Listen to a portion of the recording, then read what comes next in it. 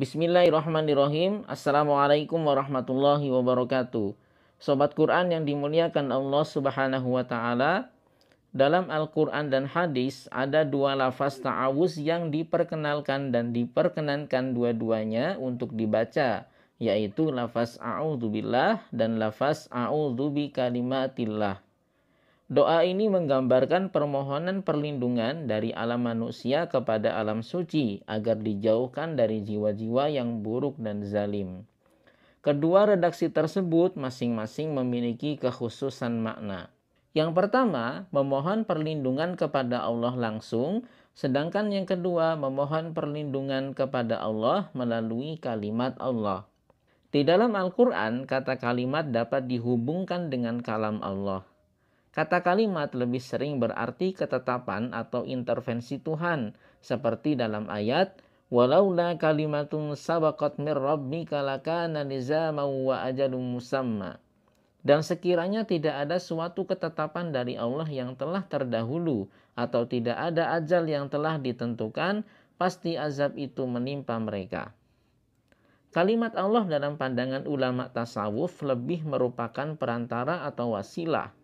Kalangan salikin lebih percaya diri berhubungan dengan manifestasi atau tajalli Tuhan daripada langsung ke zat Allah.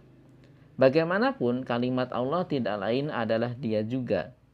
Kalimat Allah dapat dihubungkan dengan perkataan Allah sebagaimana bisa dilihat dalam ayat innama qauluna lisyai'in idza aradnahu an naqula lahu kun fayakun. Sesungguhnya perkataan kami terhadap sesuatu apabila kami menghendakinya, kami hanya mengatakan kepadanya kun, maka jadilah ia. Terkait bagaimana Allah memberikan perlindungan terhadap hambanya yang memohon perlindungan ini dibahas secara teologis oleh sejumlah teolog. Kelompok aliran Jabariyah misalnya sangat yakin dan memandang bahwa ta'awuz adalah keniscayaan. Berbeda dengan kelompok aliran Qadariyah yang menyanggah pendapat kaum Jabariyah tersebut. Kelompok Qadariyah menyatakan berta'awuz berarti menggugurkan pandangan fatalistik Jabariyah sendiri. Alasannya ialah berta'awuz berarti pengakuan seorang manusia bahwa dia sendirilah yang melakukan perbuatan ta'awuz itu. Sebab jika perbuatan ta'awuz itu dari Allah sebagaimana dipahami Jabariyah, maka apa yang diucapkan manusia dalam kalimat ta'awuznya itu tidak benar. Selain itu, jika Jabariyah berpendapat bahwa setiap perbuatan yang dikehendaki Allah itu pasti terjadi dan yang tidak dikehendakinya mustahil terjadi, maka berarti memohon perlindungan atau ta'awuz itu menjadi sia-sia belaka. Selain itu, memohon perlindungan kepada Allah itu baru layak jika Allah bukan pencipta dari sesuatu yang ingin dihindari atau dijauhi itu. Jika Allah yang menciptakan sesuatu yang ingin dihindari, maka tidak bisa manusia meminta perlindungan dari Allah.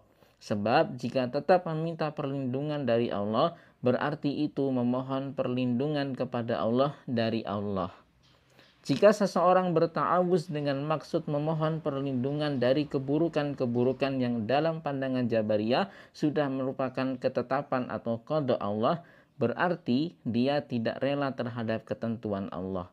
Padahal ridho dan rela kepada ketentuan Allah itu wajib bagi manusia. Dengan memohon perlindungan kepada Allah dari godaan setan itu bisa dilakukan jika godaan itu memang perbuatan dan kehendak setan sendiri. Tapi jika perbuatan menggoda itu perbuatan Allah dan bukan perbuatan atau upaya setan, maka tidak masuk akal meminta perlindungan dari setan. Semestinya dengan pandangan semacam itu, seseorang memohon perlindungan dari keburukan Allah, bukan dari keburukan setan, karena sebagaimana pandangan Jabariyah, semua keburukan itu dari Allah. Setan bisa saja mengeluh kepada Allah, wahai Tuhanku, jika aku sama sekali tidak menciptakan perbuatanku sendiri dan Engkau yang menciptakan godaanku kepada manusia, sementara aku tidak berdaya menolak daya menggoda yang Engkau ciptakan itu, maka mengapa Engkau menghinakanku dan melaknatku? Setan juga bisa mungkin bertanya seperti ini, Wahai Tuhanku, atas dasar apakah engkau jadikan aku makhluk terlaknat? Apakah akibat perbuatan yang muncul dari diriku sendiri atau perbuatan yang timbul bukan atas kehendakku sendiri? Jika perbuatan itu muncul atas kehendak setan, maka pandangan Jabariyah tidak benar. Tapi jika dia muncul bukan atas kehendak setan, maka berarti setan telah terzolimi. Padahal Allah Subhanahu wa taala telah berfirman, "Wa maullahu yuridu dzulmal lil ibad."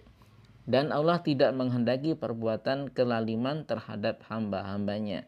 Kelompok Jabariyah dengan enteng menanggapi kaum Qadariyah dengan mengatakan, kemampuan seorang manusia melakukan sesuatu itu bisa karena dua kemungkinan. Kemungkinan pertama, karena memang telah ditetapkan dan ditentukan oleh Allah. Dalam hal ini, konsep Jabariyah adalah suatu keniscayaan. Kemungkinan kedua, potensi atau kemampuan itu ada pada kedua belah pihak, yaitu pada Allah dan manusia itu sendiri.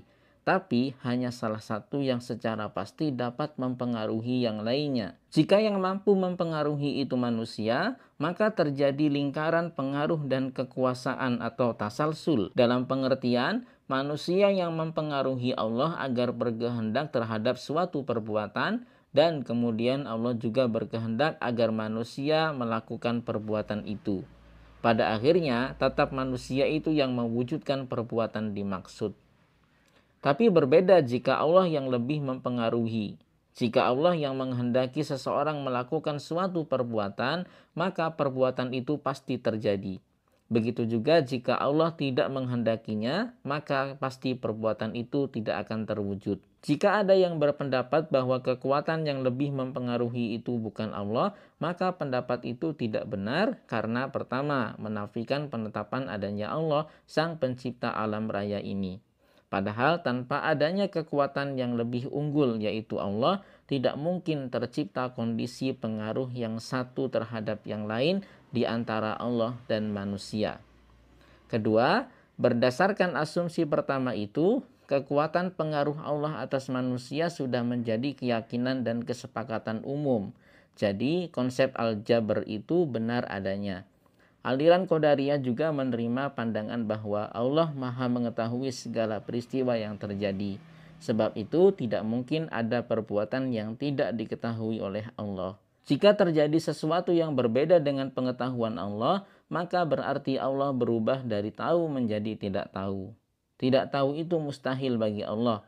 Jika Allah mustahil tidak tahu, maka mustahil juga ada peristiwa atau perbuatan yang terjadi tanpa sepengetahuan Allah Subhanahu wa taala.